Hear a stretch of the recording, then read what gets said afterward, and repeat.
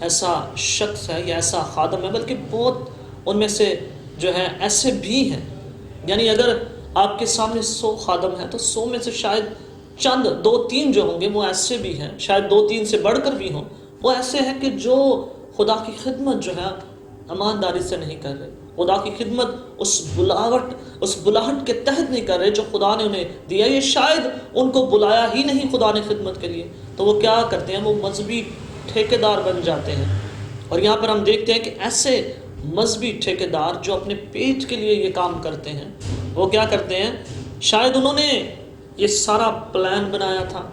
فقیوں اور فریسیوں نے شاید ایک پلان بنایا تھا کہ کیسے مسیح کو پکڑا جائے، اور اسی پلان کے تحت انہوں نے مرد کو تو چھوڑ دیا اور عورت کو پکڑ کر لے آئے. میرے عزیزو، جب ہم رومیو 2 باب اور اس کی پہلی 10 آیات پڑھتے ہیں اور 22 اور 23 آیت پڑھتے ہیں تو وہاں پر کلام یہ واضح طور پر بیان کرتا ہے کہ تیرے پاس کوئی عذر نہیں، کیونکہ جس بات کا تو دوسرے پر الزام لگاتا ہے اسی کا تو اپنے آپ کو مجرم ٹھہراتا ہے. یعنی اس کا مطلب یہ ہوا کہ خدا ہمیں عدالت کرنے کی جو ہے وہ اجازت نہیں دیتا، ہمیں کوئی اختیار نہیں دیتا کہ ہم لوگوں کی عدالت کریں. میرے عزیزو، جو بات شروع میں کی گئی کہ اس واقعے کے تعلق سے بہت سارے لوگوں کی آرا ہے، سب سے پہلی جو لوگوں کی رائے ہے وہ یہ ہے کہ شاید مسیح جب اپنی انگلی سے لکھ رہا تھا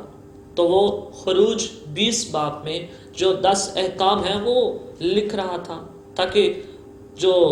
فقی اور فریسی ہیں یا وہ بھیڑ جو وہاں پر کھڑی ہے اس کو دیکھ کر وہ جان جائے کہ خدا کیا، یسوع مسیح کیا پیغام دے رہا ہے ان کو. کچھ کا کہنا ہے کہ یسوع ان تمام لوگوں کو، وہ جو بھیڑ میں اکٹھے تھے، ان کے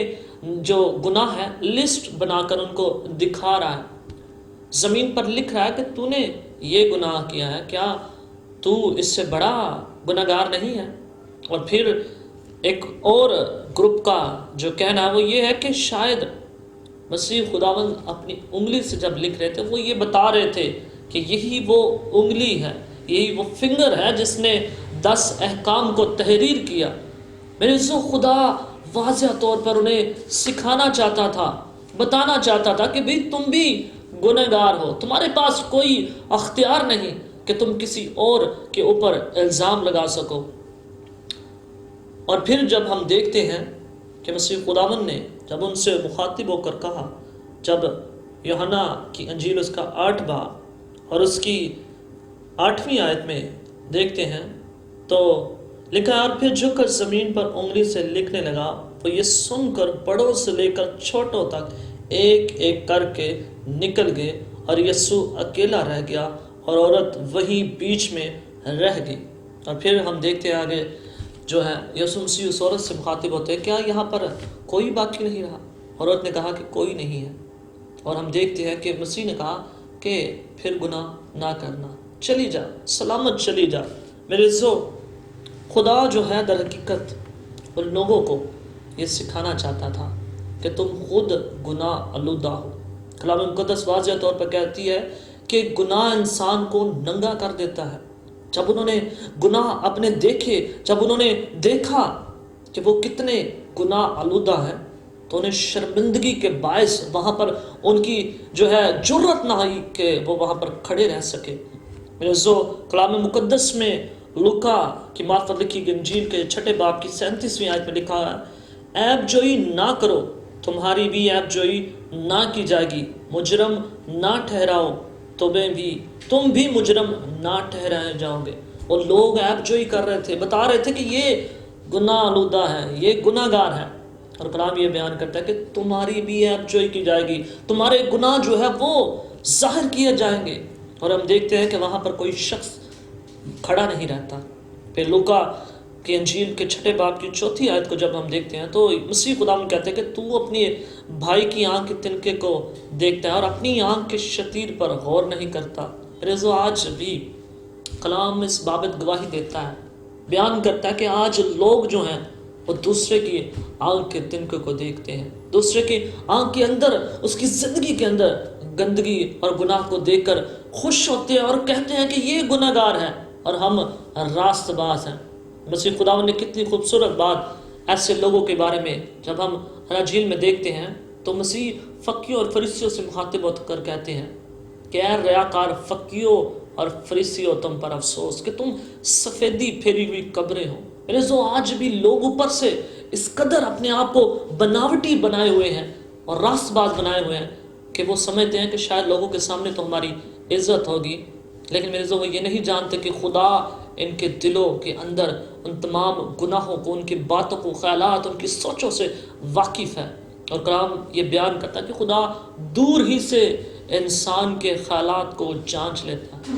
میرے جو کیوں آج انسان جو ہے وہ خود ایک جج بنا ہوا ہے، دوسروں کی عدالت بڑی دلیری کے ساتھ کر رہا ہے، اور کیوں اپنی زندگی میں اس بابت غور نہیں کرتا؟ جب مسیح نے یہ کہا کہ میں بھی تجھ پر حکم نہیں لگاتا، یہ خدا کے دل کی وضاحت کرتا ہے کہ خدا کتنا محبت سے بھرا ہوا ہے۔ وہ ایسے شخص کو جو گنہگار ہے،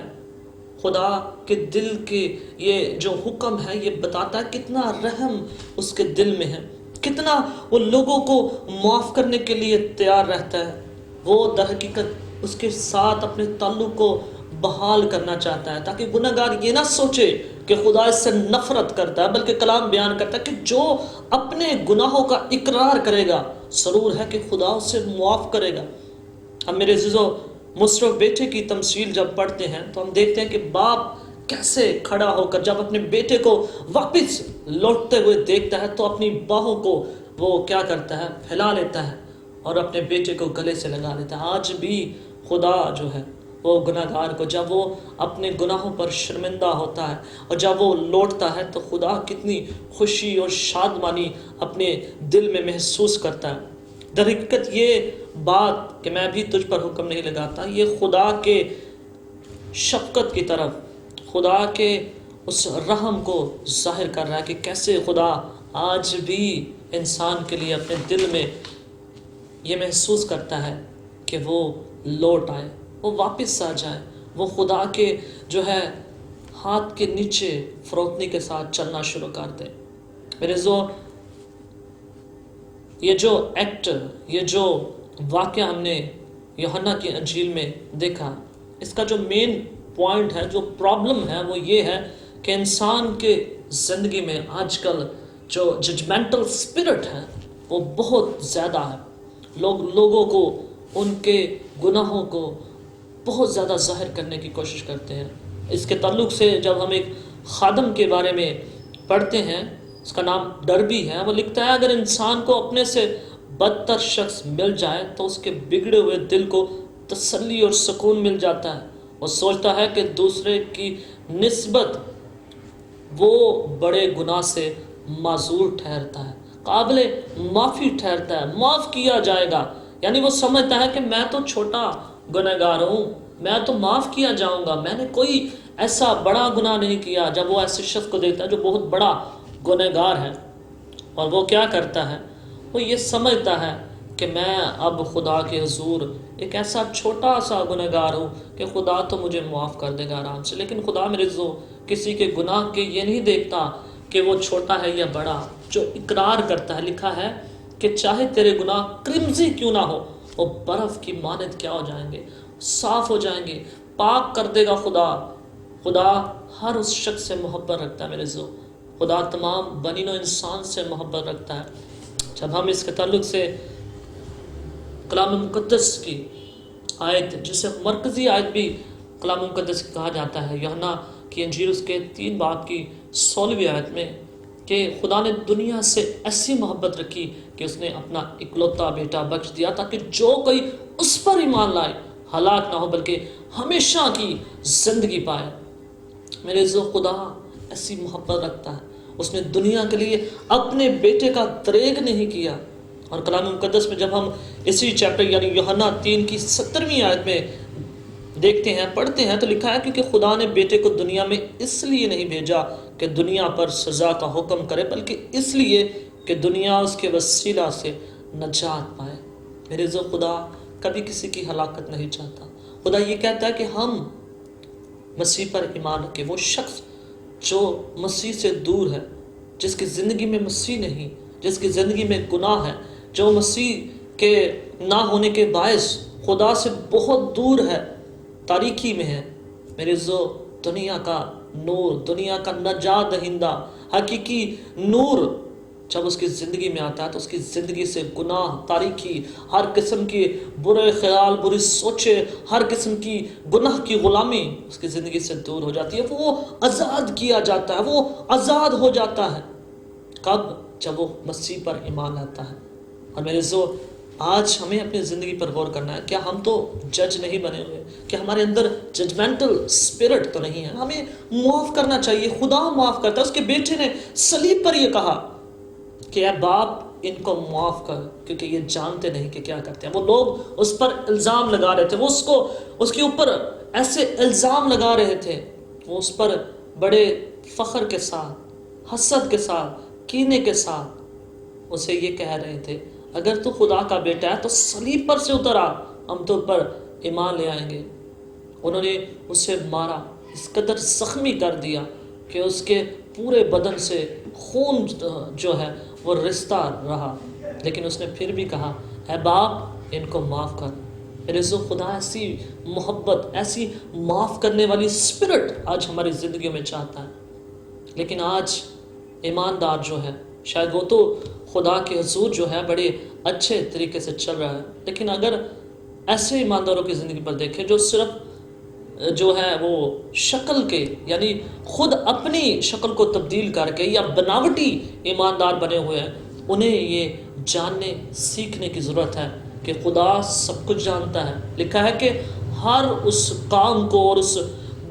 بری کو جو ہم نے، یعنی اس شخص نے اندھیرے میں یا ایسی جگہ پر کی ہے جہاں پر وہ یہ سمجھتا ہے کہ کوئی مجھے دیکھ نہیں رہا، تو کلام بیان کرتا ہے کہ وہ کوٹھوں پر بیان کی جائے گی، وہ بازاروں کے اندر وہ ایسے اعلانیہ بتایا جائے گا کہ اس شخص نے یہ کیا۔ تو کیوں کر ہم ایسے لوگ بنے ہوئے ہیں؟ کیوں ہمارے اندر یہ ججمنٹل اسپرٹ آئی ہوئے ہیں؟ ہم آخری آیت پڑھیں گے، یعقوب کا خط، اس کا 5 باب اور اس کی 19 اور 20 آیت۔ خدا کے کلام میں کچھ یوں لکھا ہوا ہے، اے میرے بھائیوں، اگر تم میں کوئی راہ حق سے گمراہ ہو جائے اور کوئی اس کو پھیر لائے تو وہ یہ جان لے کہ جو کوئی کسی گنہگار کو اس کی گمراہی سے پھیر لائے گا وہ ایک جان کو موت سے بچائے گا اور بہت سے گناہوں پر پردہ ڈال دے گا، پردہ ڈالے گا۔ میرے یہ کلام کی آیت جب ہم پڑھتے ہیں تو ہمیں کلام مقدس میں سے پہلا کرنتھیوں اس کا 13واں باب، اس میں محبت کے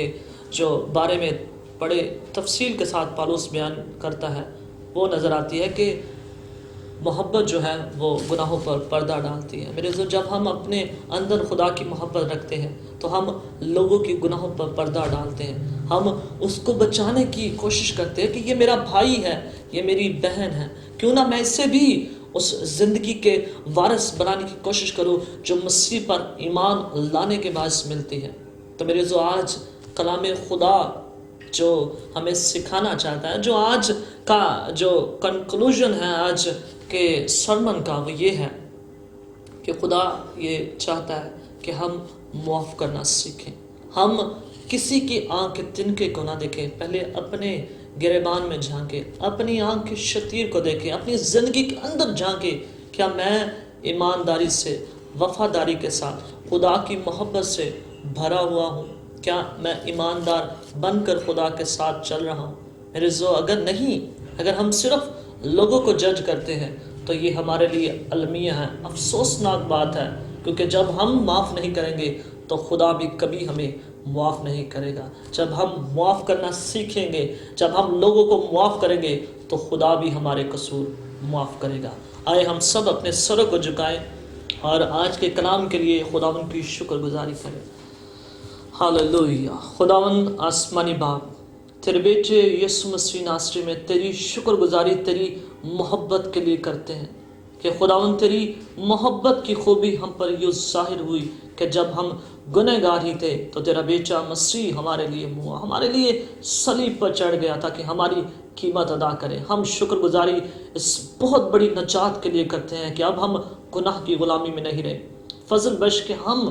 خداوند ہمیشہ تیری محبت سے بھر کر ایک دوسرے کو معاف کریں اور ایک دوسرے کے لیے برکت کا باعث بنے۔ خداوند اس کلام کے وسیلہ سے تمام دیکھنے والوں کو خداوند بڑی برکت دینا، اور اسپیشلی میں خداوند بھائی یاسر رنداوا کے لیے اور اس کی ساری سرگودا کی کنگ ٹی وی